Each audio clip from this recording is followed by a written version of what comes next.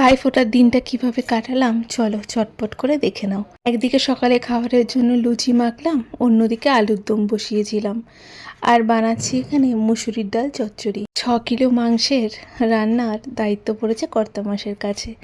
আসলে 30 জন লোক তো, তাই কাঠের উনানে রান্না ছাড়া সম্ভবই হবে না রান্নাটা। এক এক করে দাদারা আসছে, তাদেরকে ফোঁটা দিয়ে খাবারটা দিয়ে দিচ্ছি।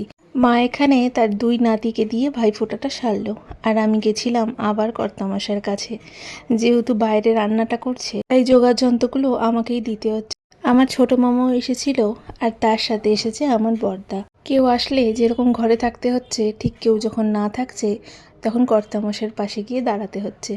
মাংসটা কমপ্লিট, অন্যদিকে কুমড়ি ভাজা চলছে। রান্না কি কি হয়েছে চটপট করে এক ঝলক দেখে নাও।